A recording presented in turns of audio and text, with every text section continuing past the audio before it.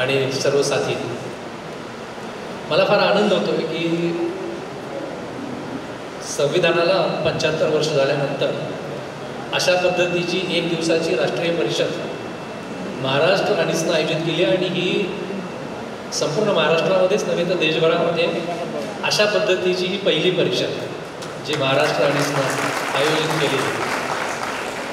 छोटे छोटे कार्यक्रम अनेक झालेले आहेत, परंतु एक पूर्ण दिवसाचं विचारमंथन ज्याच्यामध्ये महाराष्ट्राच्या बाहेरचे वक्ते येतील आणि आपापले अनुभव मांडतील, ही पहिली परिषद अनिसनं आयोजित केली.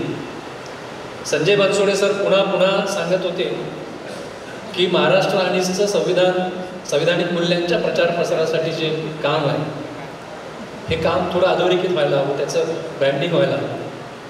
हे खरंच आहे की महाराष्ट्र अंधश्रद्धा निर्मूलन समिती आणि राष्ट्रसेवा ह्या दोन संघटना गेल्या अनेक वर्षापासून संविधानिक मूल्यांच्या प्रसारासाठी काम करत आहेत आणि त्यातही 26 नोव्हेंबर ते 26 जानेवारी हा जो संविधान जागराचे 2 महिने आणि सातत्यानं करत आलेले त्याचं या संविधानिक मूल्यांच्या प्रचार प्रसारामध्ये मोठं योगदान आहे.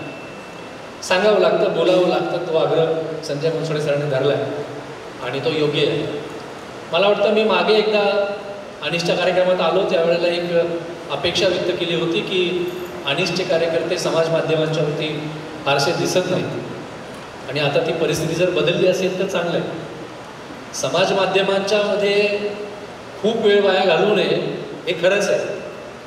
समाज माध्यमं आपल्यावरती हावी होऊ देऊ नये हेही खरं आहे, परंतु आपण जे करतो ते समाजापर्यंत पोचवायला आज मेन मीडिया जो प्रवाहातली जी मुख्य माध्यमं आहेत ते आता आपल्यासाठी वेळ द्यायला तयार नाहीत. 10 वर्षामध्ये परिस्थिती खूप बदलली. 10 वर्षामध्ये जवळपास सगळ्या चॅनल्सचे मालक हे काही ठराविक लोकच झालेले आहेत.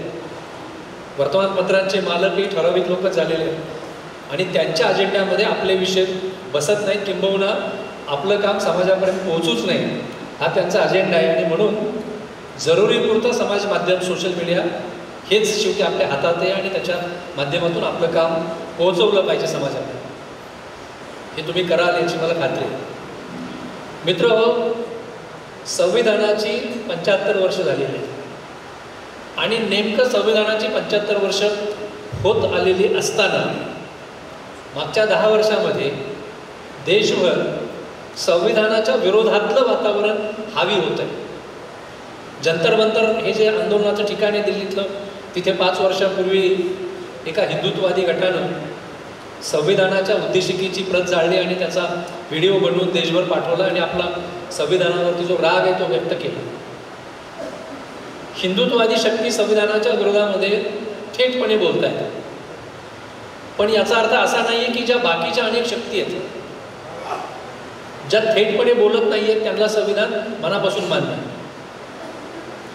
आज पुरोगामी परिवार म्हणून जो एक रफली ओळखला जातो, म्हणजे ब्राह्मणांना शिव्या दिले की आपण पुरोगामी असतो असा पद्धतीचा गैरसमज काही संघटनांनी निर्माण केला आहे. संविधानातले काही अनुच्छेद वाचले की आपण पुरोगामी असतो. तर हे जे पुरोगामी बनवले जाणारे लोक जे संविधानाबद्दल बोलत आहेत ते सुद्धा संविधानाचा तुकड्या तुकड्यानं उल्लेख करतात.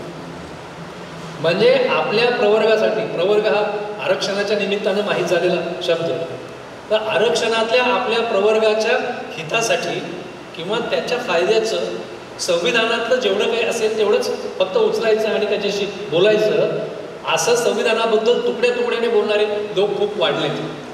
म्हणजे हिंदुत्ववादी तर संविधानाच्या संदर्भातले आपले वैचारिक विरोधकच आहेत, स्पष्टपणे विरोधक आहेत. ते का विरोध करतायत ते त्याच्याबद्दल मी बोललेलंच नसतं, परंतु संविधानाबद्दल बोलणारे सुद्धा जेव्हा तुकड्या तुकड्यानं बोलतात, किंवा मगाशी खालिद अन्सारी यांनी जो उल्लेख केला की एकेका प्रवर्गामध्ये SC असेल, ST असेल, OBC असेल, काही डॉमिनंट कास्ट आहे, त्यामुळे प्रवर्गाच्या आडून आपल्या कास्टसाठी संविधानाचा उल्लेख तुकड्या तुकड्यानं करणारे जे लोक आहेत, हे संविधानाचं जे व्यापक स्वप्न आहे, जो विषय दुसरा आपण ठेवला होता की संविधानाला अपेक्षित भारत निर्माण काय आहे, ते जे व्यापक स्वप्न आहे संविधान बनवण्याचं, त्याच्या बाबतीमध्ये ते बोलत नाही आहेत, अगदी जाणून बुजून बोलत नाही.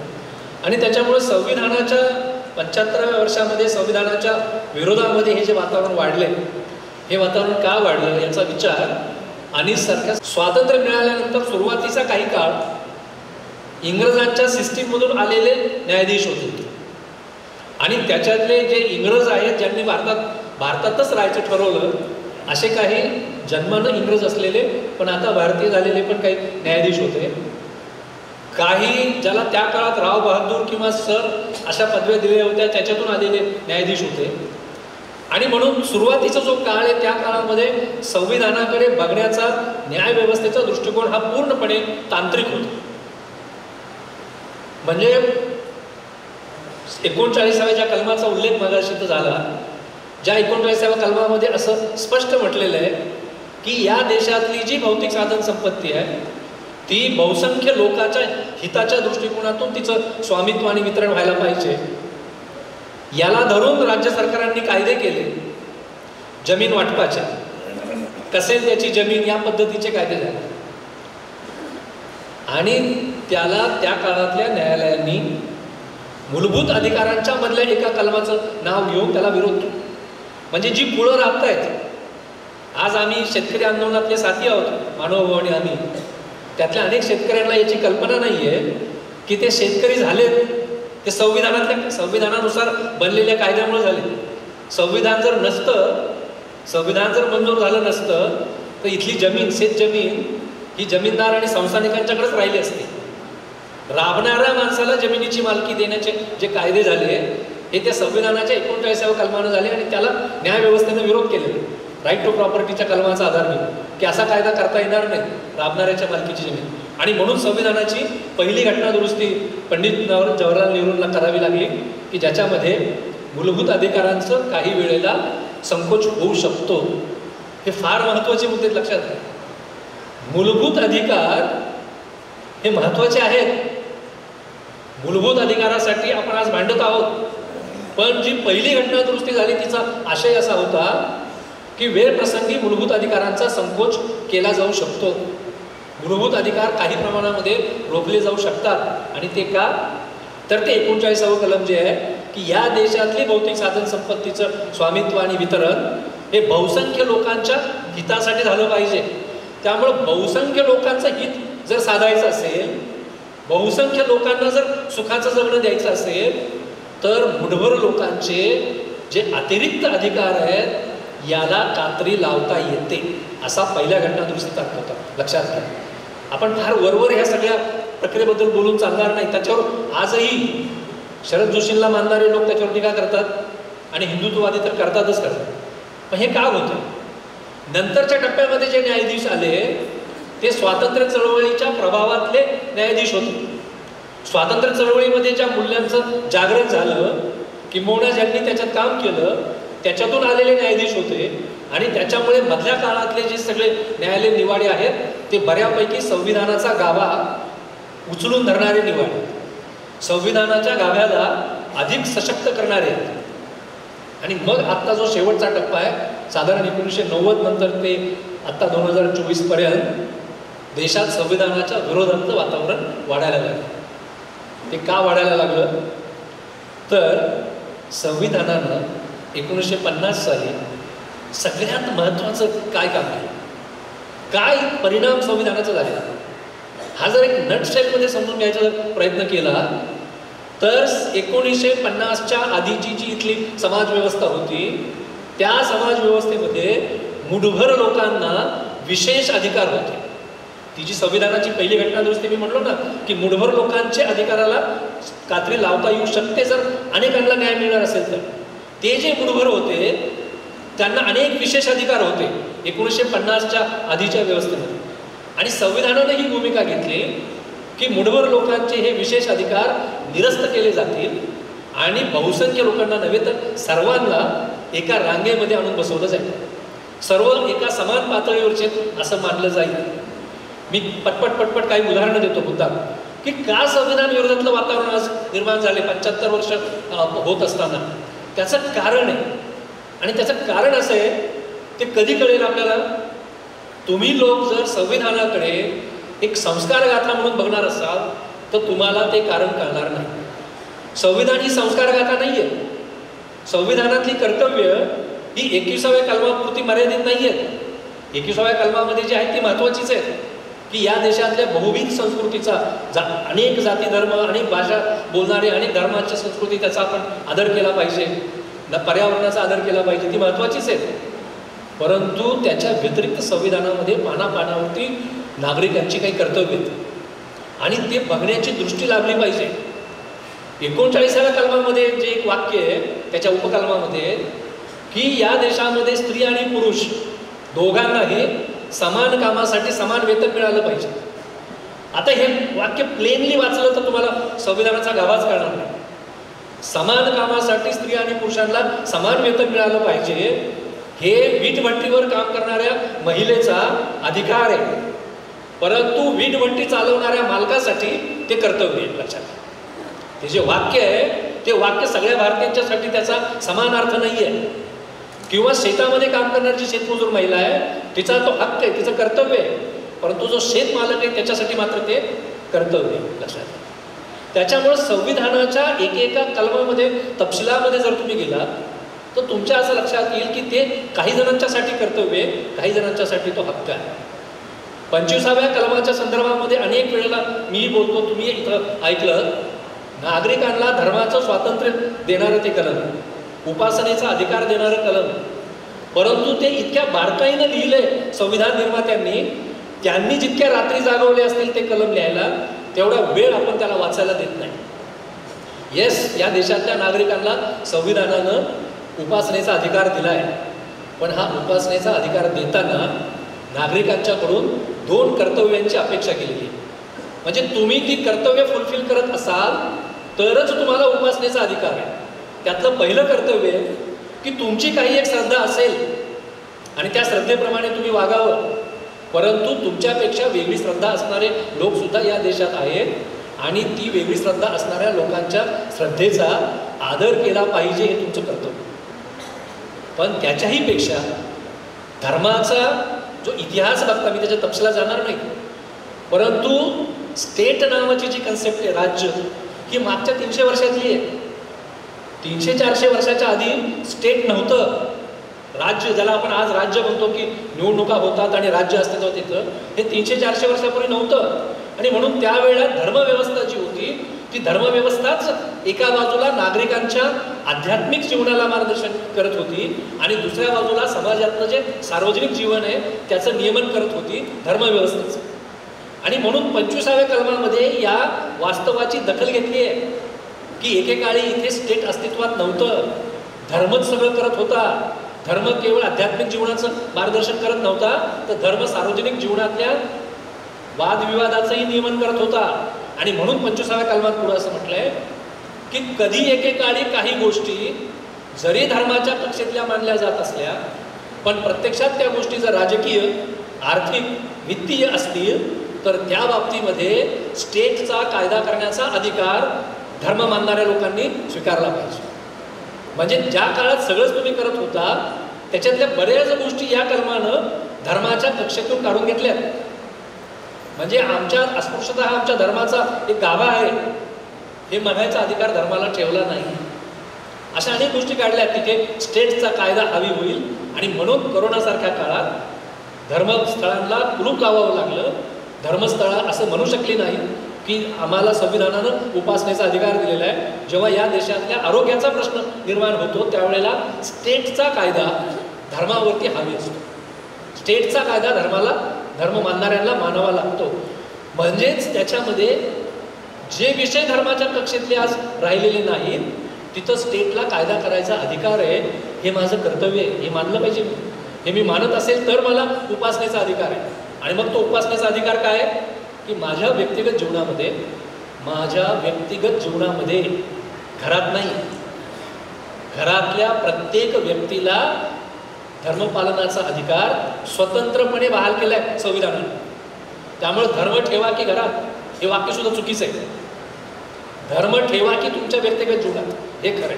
त्यामुळे व्यक्तिगत जीवनामध्ये मला नमाज पढायचा आहे, मला मंदिरात जाऊन दर्शन घ्यायचं आहे, का मला येशूची भक्ती करायची आहे, तेवढाच अधिकार त्या 25व्या कलमानं दिलेला आहे.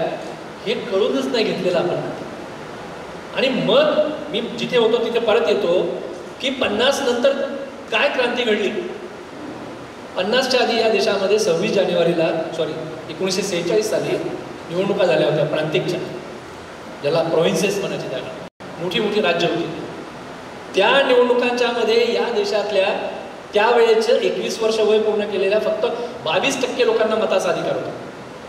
फक्त 22%. आणि तो अशा पद्धतीनं त्याचा निर्णय व्हायचा की ज्यांच्याजवळ प्रॉपर्टी आहे आणि जे सरकारला कर भरतात त्यांनाच मताचा अधिकार असेल. ज्यांच्याजवळ प्रॉपर्टी नाही आणि जे कर भरत नाहीत अशा 78% लोकांना मताचा अधिकार नव्हता. मी त्याच्या फार तपशिलात जात नाही, मला पुढं जायचं आहे, माझ्याही वेळेचं बंधन आहे. 50च्या आधी 22% लोकांना मताचा अधिकार होता, 78% लोकांना नव्हता. संविधान आलं आणि संविधानानं सगळ्यात आग्रहानं जे प्रतिपादन केलं ते होतं ॲडल्ट फ्रँचायझी, सार्वत्रिक प्रौढ मताधिकार. की तुमचा धर्म काही असो, तुमची जात काही असो, तुमची भाषा कोणतीही असो, तुम्ही गावातले असाल की शहरातले असाल, तुम्ही श्रीमंत असाल की गरीब असाल, तुम्ही स्त्री असाल की पुरुष असाल, प्रत्येकाला मताचा अधिकार असेल तुम्ही जर 21 वर्ष वय पूर्ण केलं असेल. मित्रांनो, ही क्रांती होती की एक क्षण असा होता की 22% लोकच सरकारचं भविष्य ठरवायला मतदानाच्या रांगेत उभे होते. पण संविधान आलं आणि आता 100% लोक सरकारचं भविष्य ठरवायला मतदानाच्या रांगेमध्ये उभे राहायला लागले. तेव्हा त्या 22% लोकांचं दुखणं आहे आज. त्यांचं दुखणं हे आहे की संविधान जेव्हा नव्हतं तेव्हा कसं होतं, फक्त आम्हीच होतो, आम्हीच फक्त छान छान कपडे घालून मत टाकायला जात होतो. हे संविधान आलं आणि आमच्याबरोबर रांगेत झोपडपट्टीतले यायला लागले, शेतकरी यायला लागले, इकडचे यायला लागले आणि आम्हाला त्यांच्याबरोबर रांगेत उभं राहावं लागतं. आजच्या संविधान विरोधकांचं हे दुखणं आहे. मी मागाशी म्हणालो तसं जमीन ही त्या काळामध्ये जमीनदार, संस्थानिक, वतनदार यांच्याकडेच होती आणि त्या काळात जगण्याचं साधन फक्त जमीनच होतं. आज बदलले, आज व्यापार वाढलाय, कारखाने वाढले, त्यावेळेला नव्हतं. जमीन वतनदारांनी यांच्याकडे होती. संविधानाचे कायदे आले मगाशी सांगितलं तसं आणि राबणाऱ्याला जमिनीचा अधिकार दिला गेला. हे दुखणं आहे संविधान विरोधकांचं की जेव्हा संविधान नव्हतं तेव्हा जमिनीचे मालक फक्त आम्हीच होतो. किंवा शिक्षणाचा जो अधिकार आहे 45व्या कलमानं दिलेला आणि ज्या कलमाला संविधान निर्मात्यांनी प्रचंड महत्त्व दिलंय की या देशातल्या 0 ते 14 वयोगटातल्या प्रत्येक मुलामुलीला सक्तीचं आणि मोफत प्राथमिक शिक्षण मिळालं पाहिजे आणि ती सरकारची जबाबदारी. आणि एवढंच नव्हे तर संविधानातल्या एकाही कलमाला जे लिहिलेलं नाही ते या 45व्या कलमाला लिहिलेलं होतं 10 वर्षाच्या आत. म्हणजे सर्वांना सक्तीचं मोफत प्राथमिक शिक्षण 10 वर्षाच्या आत देणं ही जबाबदारी सरकारवर टाकली. पण संविधान जेव्हा नव्हतं तेव्हा काय होतं, संविधान जेव्हा नव्हतं आणि जेव्हा इंग्रज इथं राज्य करत होते तेव्हा इंग्रज तळात काहीच करत नव्हते, तळामध्ये काहीच हस्तक्षेप करत नव्हते. त्यांची सगळी सिस्टीम फक्त इंग्लंड या देशाची आर्थिक ताकद कशी वाढवायची आणि त्याच्यासाठी भारताची कशी लूट करायची त्यासाठी जे गरजेचं आहे एवढंच ते करत होते. पोस्ट टेलिग्रामचं जाळं असेल, रेल्वेचं जाळं असेल, हे इंग्लंडच्या भविष्यासाठी होतं. खाली काय चाललंय त्याच्यात ते लक्ष घालत नव्हते. आणि म्हणून खाली काय होत होतं की सावित्रीबाई फुले आणि महात्मा फुले जेव्हा मुलींच्यासाठी पहिली शाळा काढत होत्या त्यावेळेला या पुण्यातले पुरोहित असं सांगत होते की आम्ही का सावित्रीबाईला विरोध करतो आहोत, तर धर्मशास्त्रानुसार बाईला शिकवणं पाप आहे आणि जी व्यक्ती पाप करायला निघाली आहे तिला रोखणं हे आमचं कर्तव्य आहे. त्यामुळे एक परिस्थिती 1950च्या आधी अशी होती की धर्मशास्त्रानुसार बाईला शिकवणं पाप आहे आणि 26 जानेवारी 50ला संविधान असं म्हणायला लागलं की या देशातल्या सर्व मुलामुलींना सक्तीचं आणि मोफत प्राथमिक शिक्षण देणं ही सरकारची जबाबदारी आहे. व्यवसाय स्वातंत्र्य आहे, मगाशी उल्लेख झाला की मी कोणत्या जातीचं आहे. त्या काळात काय बंधन होतं, तुमची हुनर काही असो, तुमचं कौशल्य काही असो, तुमची हुशारी काही असो, ज्या जातीत जन्माला आलेला तोच व्यवसाय तुम्हाला करावा लागेल. संविधानानं 19व्या कलमामध्ये व्यवसाय स्वातंत्र्य दिलं की तुमची जात कोणती हे महत्त्वाचं नाही, तुम्हाला काय येतं हे महत्त्वाचं, तुम्हाला काय शिकायचं हे महत्त्वाचं आणि तुम्ही हवा तो व्यवसाय करू शकता. मी याच्या तपशिलात जात नाही, परंतु 1950च्या आधी या देशामध्ये मुठभर लोकांना विशेष अधिकार होता आणि बहुसंख्य लोकांना काहीच अधिकार नव्हता. त्यामुळे या 75 वर्षामध्ये क्रमशः मागच्या 25 वर्षात का संविधानाच्या विरोधात वातावरण वाढलं, तर जे विशेष अधिकार भोगणारे जे मुठभर होते त्यांना संविधानानं काय केलंय हे लक्षात आलं. आणि म्हणून ती जी एक नटी आहे जी आता खासदार झाली, काय तिचं भाजपची नटी आहे ती हां, कंगना राणावत. तिला अनेकांना असं वाटतं की ही भाष्कर बडबड करते. ती भाष्कर बडबड करत नाही, अजिबात भाष्कर बडबड करत नाही. ती फार हुशार आहे. संविधानाचं महत्त्व सगळ्यात चांगलं तिला कळलं असं माझं खरोखर तिला कळले. कारण ती काय म्हणली मध्ये, तिचं पहिलं वाक्याचा आम्हाला राग आला. ती म्हणली की 47 साली मिळालेलं स्वातंत्र्य भीक मागून मिळालं. आम्ही सेवादलातून आलेलो आहे. शिरीष कुमार शहीद झाला आमचा नंदुरबारचा. आमचे अनेक नेते तुरुंगामध्ये 10-10 वर्ष कितपत पडले होते. त्यामुळे स्वातंत्र्य भीक मागून मिळालेलं नाही हे राष्ट्रसेवादलापेक्षा अन्य कोणाला कळणार आहे नाही. आज ज्यांनी त्या काळात स्वातंत्र्य लढ्याबरोबर द्रोह केला, ज्यांनी प्रतिसरकारचे नेते पकडून देण्याचं काम केलं, त्यांना कदाचित असं वाटेल. पण तिचं दुसरं वाक्य जास्त गंभीर होतं. ती असं म्हणाली की आम्हाला खरं स्वातंत्र्य 2014 साली मिळालं. फार गंभीर अर्थ आहे त्या वाक्यात. त्या वाक्याचा अर्थ असा होता की संविधान नव्हतं त्या काळामध्ये आम्ही कुणीतरी विशेष होतो. संविधान नव्हतं त्या काळात आमची एक पोझिशन होती या समाजात, ती सर्वांच्यापेक्षा वेगळी पोझिशन होती. संविधानामुळं आमची ती पोझिशन गेली, संविधानामुळं आमचं ते विशेष स्थान गेलं. आणि ज्या ताकदींचं विशेष स्थान संविधानामुळे गेलं त्यांना असं वाटतंय की आपले ते सगळे विशेष अधिकार परत मिळण्याची शक्यता 2014 साली निर्माण झाली.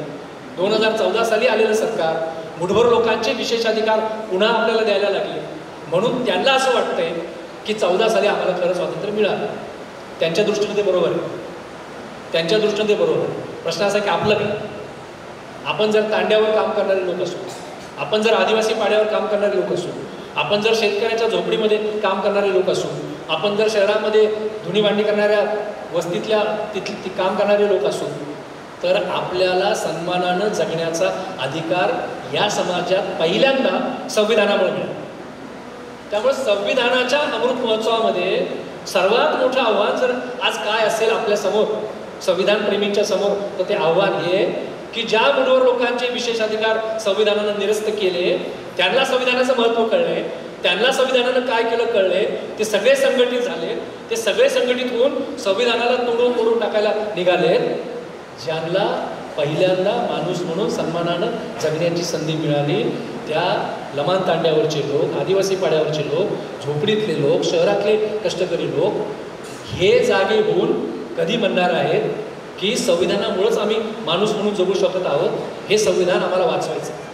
हे खरं आव्हान आहे. लक्षात घ्या या 75व्या वर्षामध्ये आपल्यासमोर.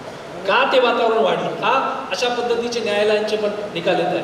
आणि म्हणून माझी तुम्हाला विनंती आहे की तुमच्यापैकी कुणीतरी गेल्या 75 वर्षातले जे न्यायालयीन निवाडे त्यांनी ज्या संविधान जे संविधानात न्यायालयीन निवाडा हा अंतिमतः कायदाच बनतो, त्या अर्थानं ते निवाडे कसे बदलत गेले, त्याच्यातले अर्थ कसे बदलत गेले आणि ते का बदलत गेले, आणि मग त्याला रिस्पॉन्स म्हणून जे घटना दुरुस्त्या झालेल्या आहेत त्या घटना दुरुस्त्यांचा अर्थ काय आहे याच्यावर लिहायला पाहिजे. लक्षात.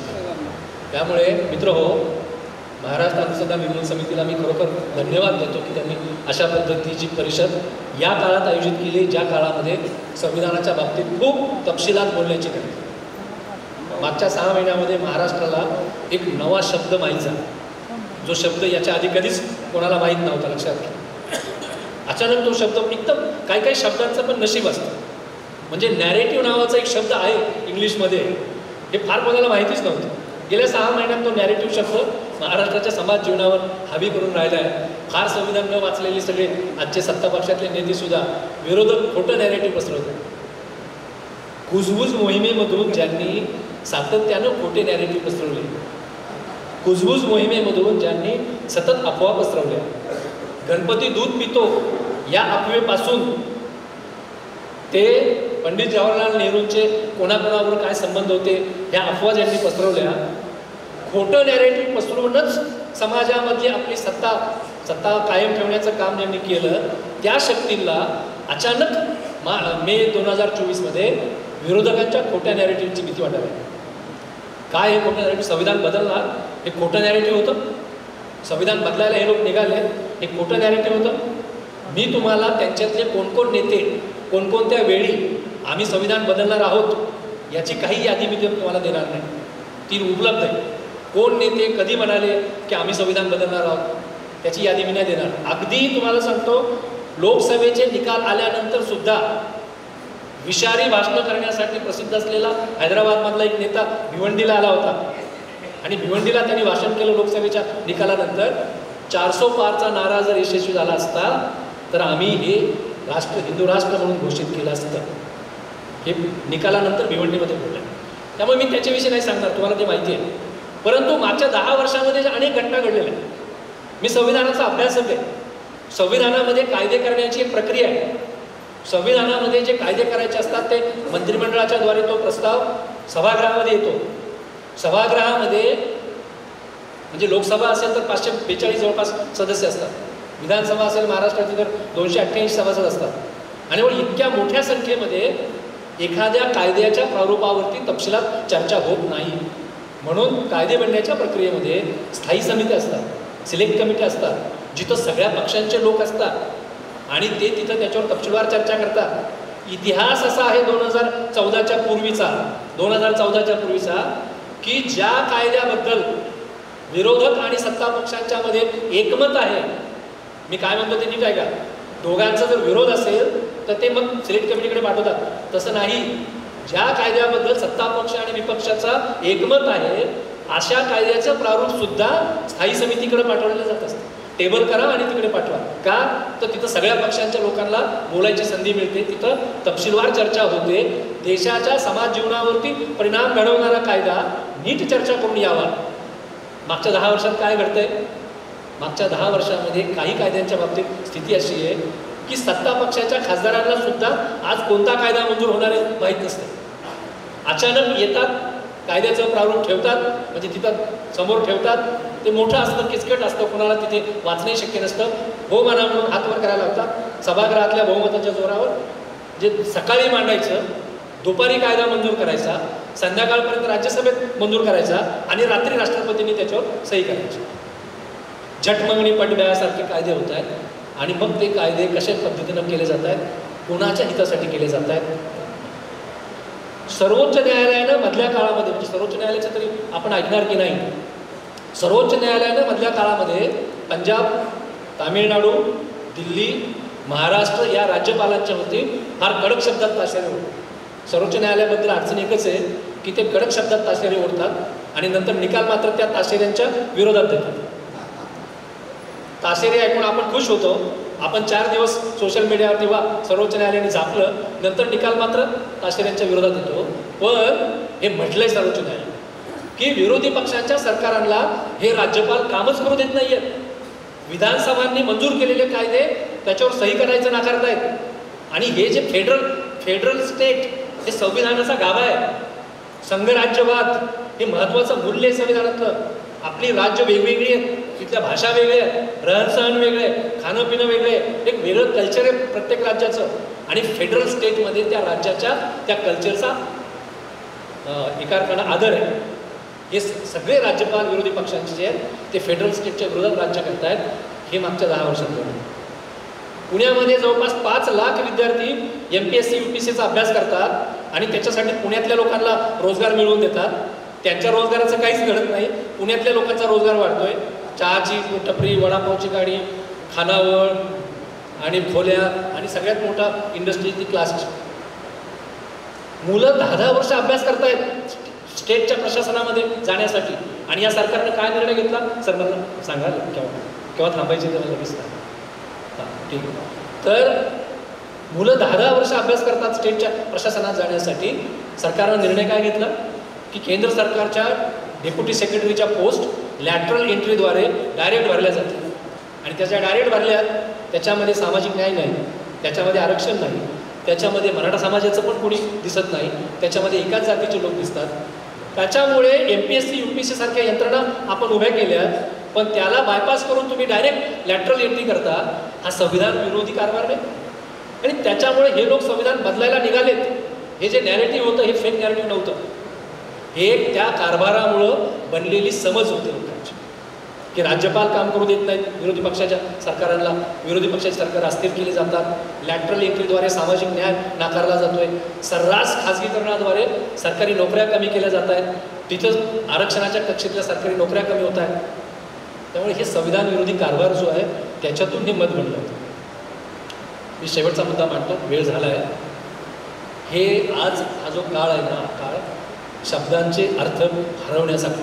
लक्षात घ्या. शब्दांचे अर्थ हरवणं किंवा शब्दांचे अर्थ गुळगुळीत होणं.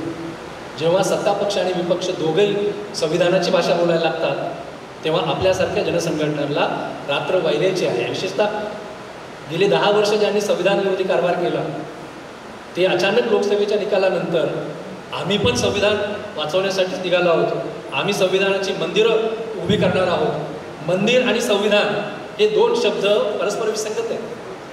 म्हणजे धर्मस्थळ म्हणू शकता तुम्ही, कारण उपासनेचा अधिकार आहे संविधानात, म्हणून तुम्ही धर्मस्थळ म्हणू शकता. पण संविधानाचं मंदिर या शब्दातच विसंगती आहे. पण संविधानाच्या विरोधात करणारे लोक जेव्हा संविधानाबद्दल बोलायला लागतात की आम्हीच संविधानाचे रक्षक आहोत, त्यावेळेला संविधानातल्या एकेका कलमाचा नीट अर्थ काढून समाजासमोर आपल्याला घेऊन जाण्याची गरज पडते. जसं धर्मग्रंथांतल्या मधल्या अनेक तरतुदीबद्दल वेगवेगळी स्कूल्स असतात. कुराणाचे इंटरप्रिटेशन करणारी वेगवेगळी स्कूल आहे. कुराणातल्या काही विशिष्ट आयता जे आहेत त्याचा अर्थ पूर्णपणे वेगळेपणानं काढणारी काही स्कूल आहे. भगवद्गीतेबद्दलचे जे भाष्य आहे, टिळकांचं भाष्य, गांधीजींचं भाष्य, विनोबांचं भाष्य आणि आमच्या रावसाहेब कसबेंचं भाष्य भगवद्गीतेबद्दलचं ऑल टुगेदर वेगवेगळं आहे. तर हे धर्मग्रंथ जे आहेत तसं संविधान नाही आहे. म्हणजे धर्मग्रंथातल्या श्लोकांचं आयतांचं तुम्ही अर्थ वेगवेगळे काढू शकाल, संविधानातल्या कलमांचा अर्थ वेगवेगळा नाही निघू शकत. आणि तो जर वेगवेगळा निघू द्यायचा नसेल तर अंधश्रद्धा निर्मूलन समितीच्या कार्यकर्त्यांना संविधानातला विशिष्ट अनुच्छेद तिथं येत असताना संविधान निर्मात्यांची काय भावना होती, संविधान निर्मात्यांनी 3 वर्ष काय त्याच्याबद्दल विचार केला, 25वा कलम आलं, त्या 25व्या कलमाबद्दल संविधान सभेत काय चर्चा झाली, उपलब्ध आहे सगळं. आज जरा तपशिलात वाचूया आणि संविधान निर्मात्यांनी काय विचार केला होता. आज तुम्ही तुमच्या मनाला वाटेल तसा अर्थ लावू शकत नाहीत. संविधान निर्मात्यांनी काय विचार केला होता तो बघायला, त्या पद्धतीने त्याचा अभ्यास केला पाहिजे. शेवटचा मुद्दा मांडतो आणि थांबतो. कसा भ्रम पसरवला जाते, मी जे म्हणालो की शब्दांचे अर्थ हरवण्याचा हा काळ आहे, कसा भ्रम पसरवला जातो. आणि हा भ्रम पसरवताना एक लक्षात घ्या, संविधान विरोधी ज्या शक्ती आहेत या अत्यंत लवचिक आहेत आणि अनुभवातून शिकणारे आहेत. संविधान विरोधी शक्ती अनुभवातून शिकणारे आहेत. खरं म्हणजे अनुभवातून शिकणं आणि बदल करणं हे पुरोगामी परिवाराचं लक्षण असायला पाहिजे. पण दुर्दैवानं आपण बदलत नाही, दुर्दैवानं आपण फार अनुभवातून शिकत नाही आणि ते मात्र शिकतायत. पण अटल बिहारी वाजपेयी यांनी जेव्हा ते पंतप्रधान झाल्यानंतर राज्यघटना पुनरावलोकन समिती स्थापन केली होती, त्याच वेळेला ही मनीषा होती की हे संविधान बदलून टाकूया. आणि त्याला जो विरोध झाला, मानवभाऊ बसलेले तिथं, मानवभाऊ आपण किती ताकदीनं रस्त्यावर उतरलो होतो की हे संविधान आम्ही बदलू देणार नाही, त्याला जो विरोध झाला देशभरातून, ती कमिटी त्यांना गुंडाळावी लागली. हे लक्षात ठेवा. हे उदाहरण. दुसरं उदाहरण मी सांगतो माझ्या सार्वजनिक जीवनातल्या अनुभवाच्या आधारे. मी 1985 साली पहिला मोर्चा छात्र भारतीच्या वतीनं या राज्यामध्ये काढला आणि तो आरक्षणाच्या अंमलबजावणीसाठी होता. लक्षात. तिथपासून ते जवळजवळ 2000 सालापर्यंत आरक्षणाच्या प्रश्नावर जे मोर्चे निघत होते ते आपण लोक काढत होतो. आरक्षणाच्या प्रश्नावर जे बोललं जात होतं ते आपण बोलत होतो. आणि समोरच्या तंबूतले जे संविधान विरोधक आहेत ते थेटपणे आरक्षण संपवा असं म्हणत होते, आरक्षणाची गरज नाही असं म्हणत होते. तर त्यांना जेव्हा लक्षात आलं की लोकशाही देशामध्ये जिथं मतदान निर्णायक असतं तिथं आपल्याला आतून सपोर्ट करणारा राजकीय पक्षसुद्धा जाहीरपणे मात्र आरक्षणाच्या समर्थनामध्येच बोलतोय. आतून मदत करत असला तरी त्याला आरक्षणाच्या समर्थनाची भूमिका घ्यावी लागते. अत्यंत अभ्यासपूर्वक एक काम झालेले, नीट ऐका, आपल्याला तितकंच अभ्यासपूर्वक काम करून रणनीती आखावी लागेल. 2000 सालानंतर या समाजातल्या जातींचा अभ्यास करून आरक्षणाच्या प्रश्नावरती नवी आंदोलन उभी राहिली. तुमच्या लक्षात येते का हा बदल की 2000 सालापर्यंत आरक्षणाबद्दलचं आंदोलन असो किंवा आरक्षणाच्या बद्दलची मागणी करणारं भाष्य असो आपणच करत होतो. पण मागच्या 10-15 वर्षामध्ये मात्र जी आरक्षणाची अनेक आंदोलनं उभी राहिली आहेत त्याच्यात आपण कुठेच नाही आहोत. किंबहुना आपल्याला त्याच्याबद्दल भूमिका पण घेता येत नाही आहे लवकर. मराठा आरक्षण आणि ओबीसींच्या भांडणाबद्दल नाही भूमिका घेता येते लवकर. धनगर आणि आदिवासींच्या मध्ये जे भांडण लावले आपल्याला नाही भूमिका घेता येते. काय झाले लक्षात घ्या, 2000 सालानंतर अत्यंत अभ्यास करून जातींचा अभ्यास करून 3-4 प्रकारचे आंदोलन उभे राहिली. एक नवे समुदाय आरक्षणाची मागणी करायला लागले. मराठा आंदोलन नवे समुदाय आरक्षणाची मागणी करत आहे. दुसरं, काही लोक आपला प्रवर्ग बदलून देण्याचे आंदोलन करायला लागले. धनगर समाजाला आता आंदोलन आरक्षण आहे, परंतु जे आहे त्याच्यात ते समाधानी नाही, म्हणून त्यांना ST मध्ये जायचं, आम्हाला ST मध्ये घालायचं त्यांचं आंदोलन, प्रवर्ग बदलून हवं आहे. आणि तिसरं जे आंदोलन आहे की आम्हाला जे आरक्षण दिलंय त्या प्रवर्गामध्ये आमच्यापेक्षा एक वरचढ जात आहे, आमच्यातलीच आहे ती, आमच्यातलीच आहे पण आमच्यापेक्षा वरचढ आहे, आणि त्या आम्हाच्या प्रवर्गाला जे दिले ते सगळं तीच खाऊन जाते, आम्हाला काहीच मिळत नाही, म्हणून आमच्या प्रवर्गामध्ये तुकडा तोडून आम्हाला 5% आरक्षण द्या. मातंग समाजाचे जे मेळावे झाले या देशामध्ये की आम्हाला वेगळं आरक्षण द्या, आम्हाला ST मध्ये चांभार बौद्ध यांच्यासोबत राहायचं नाही आहे, आम्हाला 5% तुकडा तोडून द्या. या आरक्षणाच्या आंदोलनात येणारे लोक प्रामाणिक आहेत, त्यांना असं वाटतं की आपलं काहीतरी भलं येतं होईल, पण ही आरक्षणं नागपूरच्या ज्या मेंदूमधून तयार झालेली आहेत त्यांचा अंतिम हेतू मात्र आरक्षण संपवणे. त्यामुळे त्यांनी 2000 सालापर्यंत थेट विरोध केला आरक्षणाला, पण तसं करून आरक्षण संपणार नाही. मग त्यांनी आता आरक्षण संपवण्यासाठी इतकी वेगवेगळी आंदोलनं आरक्षणाच्या नावाने सुरू करा की एक अराजकसारखी परिस्थिती निर्माण होईल, त्याच्यातून आरक्षणाचा फायदा ज्यांना व्हायला हवा त्यांच्यामध्येच पाचर मारली जाईल. धनगर आणि आदिवासी हे या लढ्यातले साथी असायला हवेत. संविधान वाचवण्यासाठी खांद्याला खांद्याला दोन लढायला पाहिजे. या महाराष्ट्रामधल्या जे दोन लढाऊ जाती आहेत, महार आणि मातंग लढाऊ जाती आहेत, त्या संविधानासाठी मैदानात उतरणाऱ्या होत्या, बरोबर महार आणि मातंगामध्ये पाचर मारून ठेवली, आरक्षणाचे उपवर्गीकरणात लागले. त्यामुळे शब्दांचे अर्थ हरवण्याचा हा काळ आहे. त्यामुळे आता फक्त संविधान सांगू, संविधान समजून सांगू एवढं काम भागणार नाही, तर त्या संविधानाच्या नावानं जे राजकारण होते, संविधान ही हितसंबंधांची लढाई, लक्षात घ्या. संविधान ही संस्कार गाथा नाही, ही हितसंबंधांची लढाई आहे, आणि ह्या हितसंबंधांच्या लढाईसाठी आपल्याला संविधानाच्या तपशिलात जावं लागेल. मी फक्त 1-2 मिनिट घेतो, आणखी अनिसचं स्टेज आहे म्हणून. आपण अनेक वेळेला सांगतो, मी पटपट बोलतो तो मुद्दा आणि संपवतो.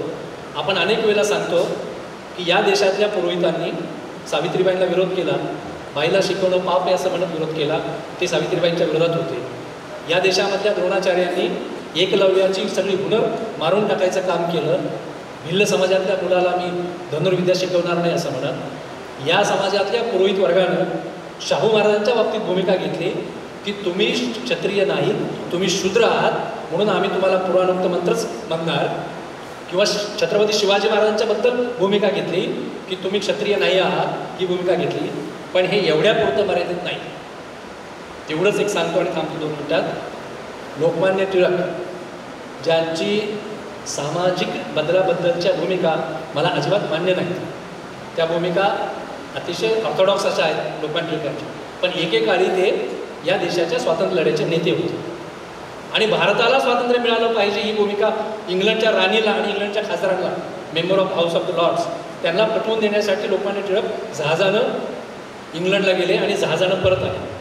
ते जेव्हा जहाजानं परत आले तेव्हा पुण्यामध्ये सावित्रीबाईंना जे शेणगोटे फेकत होते की बाईला शिकवणं धर्मशास्त्रानुसार पाप आहे, त्या पुरोहितांची पुढची दुसरी पिढी, तिसरी पिढी, त्यांनी लोकमान्य टिळकांच्या बाबतीत फतवा काढला की समुद्र प्रवास करणं वैदिक धर्मशास्त्रानुसार पाप आहे. लक्षात घ्या. आणि आपण इतिहासाच्या पुस्तकात वास्को दी गामा आणि कोलंबसाच्या कहाण्या शिकतो. कोण होते वास्को दी गामा आणि कोलंबस? जे संविधान विरोध होत आहेत त्यांची अनेक मुलं आज युरोपमध्ये नोकऱ्या करायला गेलेले आहेत, आणि युरोपमध्ये नोकऱ्या करून तिथे सुट्टीला येतात तेव्हा ते युरोपमधल्या सगळ्या स्वच्छतेचं कौतुक करतात. तिथं रांगेमध्ये सगळे लोक रांग पाळून सगळे आपले अधिकार मिळवतात म्हणून कौतुक करतात. तिथलं जे वर्क कल्चर आहे, सोमवार ते शुक्रवार कामाचं, त्या वर्क कल्चरचं कौतुक करतात. हे वर्क कल्चर युरोपमध्ये आलं कुठून आणि ते वर्क कल्चर भारतामध्ये का नाही हा विचार कधी केलाय? वास्को दी गामा आणि कोलंबस हे अपघातानं समुद्र प्रवासावर निघाले नव्हते, लक्षात घ्या. युरोपमध्ये ज्या काळामध्ये रेनेसान्सची चाहूल लागली होती, प्रबोधन युगाची चाहूल लागली होती, नवा विचार युरोपमध्ये प्रसृत व्हायला लागला होता, विज्ञान युरोपमधले लोक स्वीकारायला लागले होते, विज्ञानाच्या आधारे तंत्रज्ञान तिथे विकसित होत होतं, आणि दूरदृष्टीने बघणाऱ्या युरोपमधल्या लोकांना जेव्हा लक्षात आलं की आपण विज्ञान स्वीकारलं, आपण तंत्रज्ञान विकसित करत आहोत, या तंत्रज्ञानाच्या आधारे कारखान्यात प्रचंड मोठ्या प्रमाणावरती वस्तू निर्माण होणार आहेत, ज्या आपल्या देशात फक्त विकल्या जाणं शक्य नाही, तर आपल्या देशातल्या वस्तू विकण्यासाठी आपल्याला नव्या नव्या बाजारपेठा हव्यात. तिथल्या समाजातल्या धुरीणांनी, नेत्यांनी, भांडवलदारांनी, राजांनी पैसे देऊन अनेक वास्को दी गामा, अनेक कोलंबस समुद्र सफरेवर पाठवले होते की जा आणि नवे प्रदेश शोधा, आपल्याला आपल्या देशाचा व्यापार वाढवायचा. हे 200 वर्षापूर्वी त्या देशात घडत होतं, युरोपमध्ये. आणि 200 वर्षानंतर माझ्या भारतामध्ये देशाचा सर्वोच्च राजकीय नेता देशाच्या स्वातंत्र्यासाठी समुद्र प्रवास करतो म्हणून त्याच्यासाठी फतवा काढला जात होता की समुद्र प्रवास करणं हे पाप आहे. आणि लोकांनी टिकांची ही मतं चुकीची असल्यामुळे त्यांनी प्रायश्चित्त घेतलं, त्याचं लक्षात घ्या. त्यामुळे हा 2 संस्कृतीतला फरक आहे. हे अनिसनं आपण सांगितलं पाहिजे की हा देश गरीब राहिला याचं कारण गौतम बुद्ध नाही, महात्मा गांधी नाही. हा देश पुन्हा पुन्हा गुलाम झाला याचं कारण गौतम बुद्धांची अहिंसेची शिकवण नाही, तर ज्या काळात समाज पुढे जाण्याचा बघत होता त्या काळामध्ये तुमचे धुरी पुरोहित काय सांगत होते, सोमवारी अमुक खायचं नाही, मंगळवारी तिथं जायचं नाही, राखीसाकडे तोंड करून झोपायचं नाही, ववाळताना इकडे तोंड करायचं नाही, याला हे करायचा अधिकार नाही, त्याला ते करायचा अधिकार नाही. हे जे सगळे विधिनिषेध होते त्यांना हा समाज मागे राहिला आहे. त्याच्यामुळे संविधानाची दृष्टी जर स्वीकारली तर भारत निश्चितपणे संविधानातल्या स्वप्नातला भारत हा सगळ्यांना न्याय देणारा पण असेल आणि जगाला मार्ग दाखवणारा पण असेल. अमृत महोत्सवी वर्षानंतर आपण ही भूमिका मोठ्या ताकदीनं घेऊन जाऊ.